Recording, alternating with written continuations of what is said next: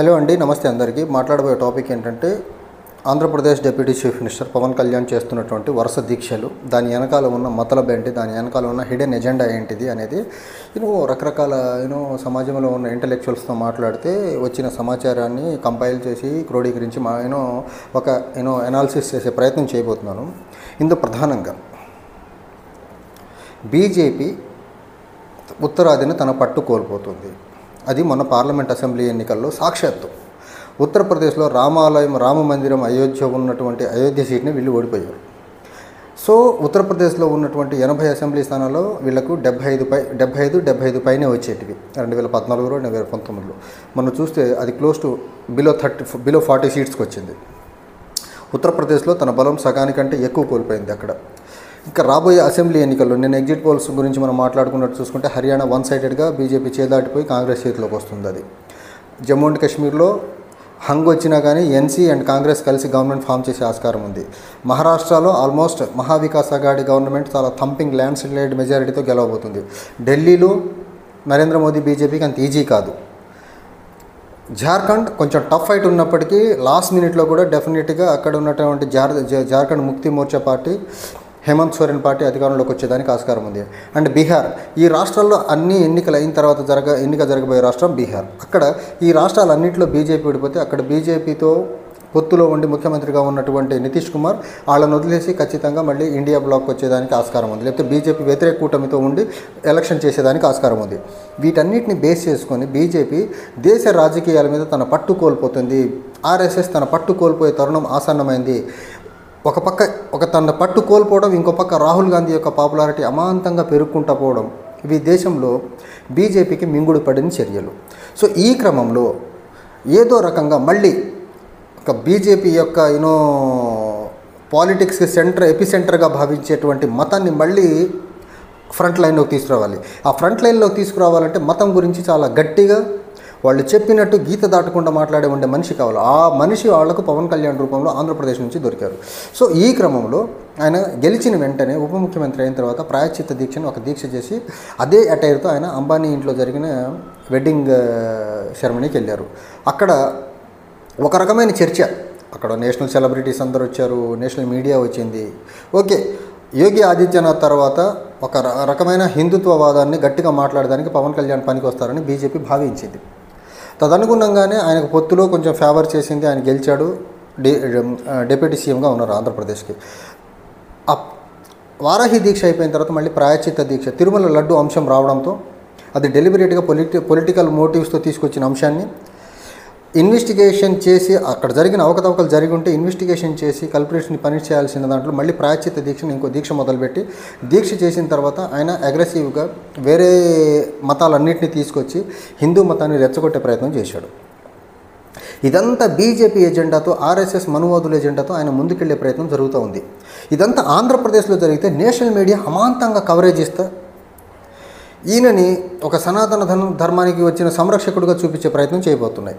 ఇదంతా బీజేపీకి సెంటర్లో ఎంతో కొంత మైలేజీ, మతం తాలూకు చర్చ జరిగి మతం అనే అంశం భారతదేశ రాజకీయాల్లో ఇంటాక్ట్గా ఉండాలంటే ఏదో కార్నర్లో మతం గురించి ఒక రచ్చ చేసే మనిషి కావాలి. ఆ రచ్చ చేసే మనిషిని పవన్ కళ్యాణ్ రూపంలో చూశారు బీజేపీ వాళ్ళు. ఇది బీజేపీ వాళ్లకు ఉపయోగపడేలా ఎజెండా పవన్ కళ్యాణ్ చేస్తున్నటువంటి ఎజెండా ఆంధ్రప్రదేశ్ సెంటర్గా చేస్తున్నాడు. ఆంధ్రప్రదేశ్ సెంటర్గా ఆయన ప్రాయశ్చిత్త దీక్ష చేసుకున్నారు, దీక్ష విరమించేశారు.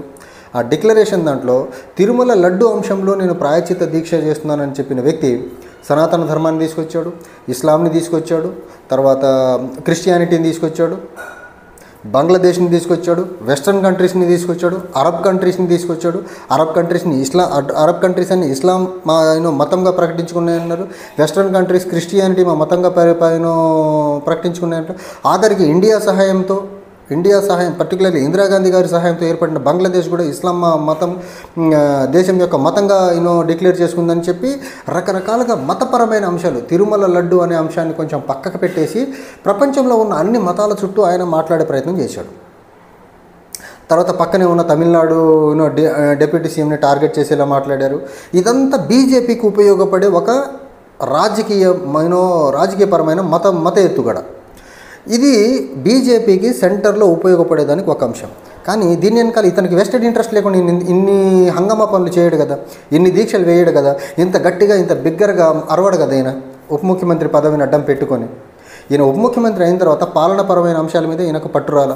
పాలనాపరమైన అంశాల్లో పట్టు తెచ్చుకొని ఒక గుడ్ అడ్మినిస్ట్రేటర్గా పేరు తెచ్చుకోవాలనే తాపత్రయం ఈయనలో ఎక్కడా కనపడట్లేదు.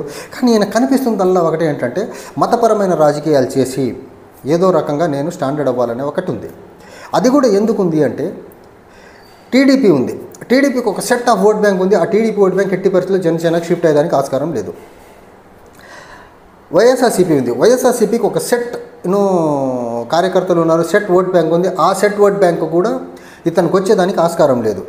ఆస్కారం లేదు కాబట్టి ఇతనుకున్న బలంతో ఈయనకు ఆ పొత్తులు ఎవరితో పొత్తులు వెళ్ళినా 20-30 సీట్ల కంటే ఎక్కువ ఇచ్చే ఛాన్స్ లేదు ఇతనుకున్న ఓట్ బ్యాంక్కి.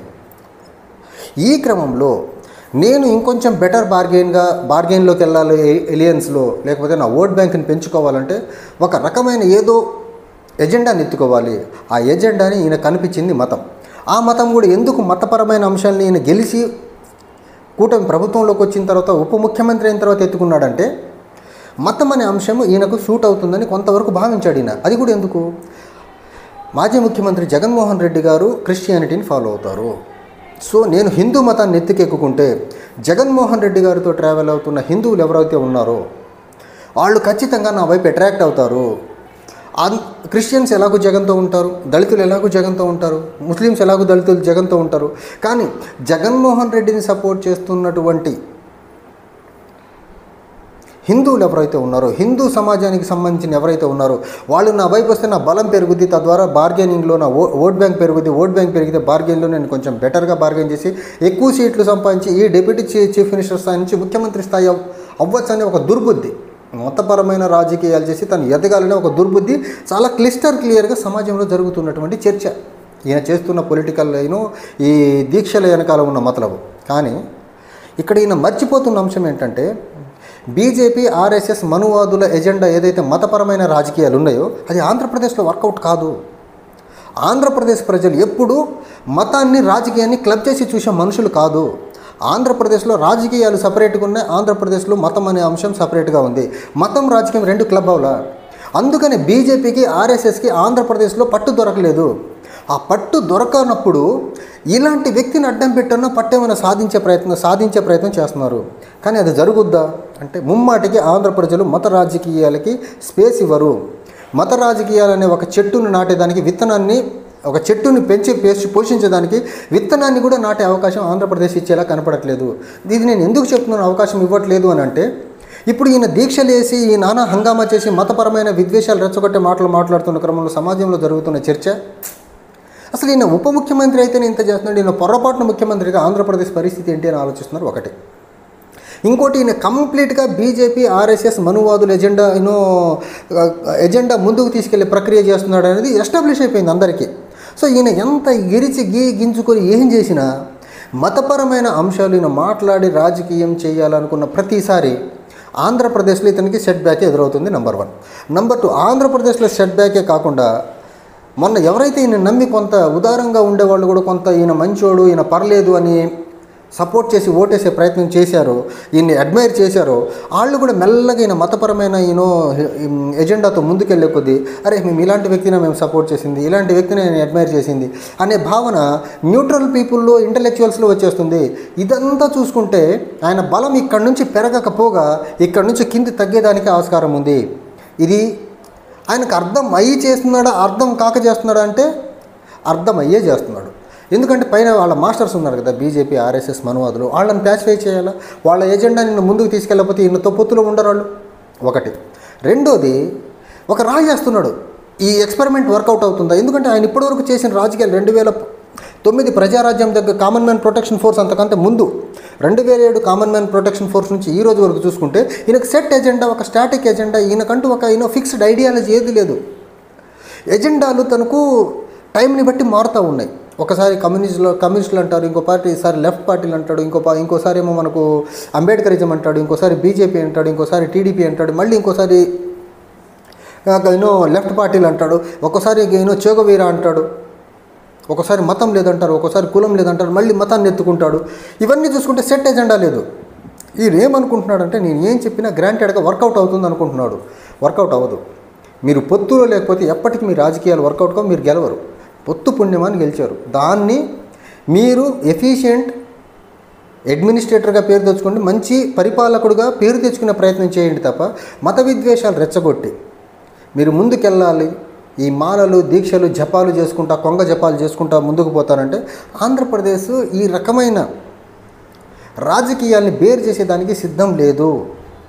ఆంధ్రప్రదేశ్లో మతపరమైన రాజకీయాలకి స్థానం లేదు. ఆంధ్రప్రదేశ్లో బీజేపీ, ఆర్ఎస్ఎస్ వాదనకు, వాళ్ళ భావజాలానికి స్థానం లేదు. ఇది మీరు గ్రహించిన రోజు మీకు మంచిది, ఆంధ్రప్రదేశ్కి అంతకంటే మంచిది. మీరు గ్రహించకుండా ఎంత గగ్గోలు పెట్టినా దానివల్ల ఉపయోగం లేదు. మీరు చూడండి, మీరు ప్రాయశ్చిత్త దీక్ష చేసిన దగ్గర నుంచి ఎంత రెచ్చగొట్టే మాటలు ఏం మాట్లాడినా సమాజం నుంచి ఒక్కడొచ్చి మీకు బాసటగా నిలవాల. ఎక్సెప్ట్ కొద్దిపాటి మీరంటే ఇష్టపడే మీ ఎమ్మెల్యేలో లేకపోతే మీ కూటమి వాళ్ళు తప్ప, అది కూటమి ధర్మం భాగంగా. మీరు తిరుపతిలో పెట్టిన వారాహి డిక్లరేషన్ సభలో చూసుకుంటే మీరు మతపరమైన అంశాల మీద గగ్గోలు పెడతా ఉంటే కింద నుంచి రెస్పాన్స్ ఎంత సబాప్టిమల్గా ఉంది, ఎంత లో ఉందంటే అంత లో ఉంది. దాన్ని బట్టి మీకు అర్థం అవ్వాల్సింది ఏంటంటే ఆంధ్రప్రదేశ్లో సాక్షాత్తు తిరుపతి వెంకటేశ్వర స్వామి ఉన్నటువంటి తిరుమల కింద ఉన్న తిరుపతిలో కూడా మీరు అంత అగ్రెసివ్గా మతపరమైన ఎజెండాతో ముందుకెళ్తే అనునిత్యం బాలాజీని దర్శించుకొని అనునిత్యం బాలాజీని స్మరించుకునే మనుషులే ఆ ఎజెండాని అంతగా అప్రిషియేట్ చేయాల, అంత అప్లాజ్ ఇవ్వలేదు మీకు.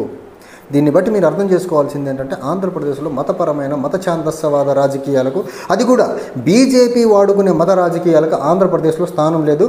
మీరు ఆ థ్రెడ్ వదిలేసి ఒక మంచి రాజకీయాలు చేస్తే కొద్దో గొప్ప మంచి జరిగేదానికి ఆస్కారం ఉంటుంది తప్ప ఈ రకమైన మతపరమైన ఎజెండాతో, బీజేపీ, ఆర్ఎస్ఎస్ ఎజెండాతో ముందుకెళ్లాలంటే మాత్రం ఆంధ్రప్రదేశ్లో ఆ ఆటలు సాగవు. Thank you.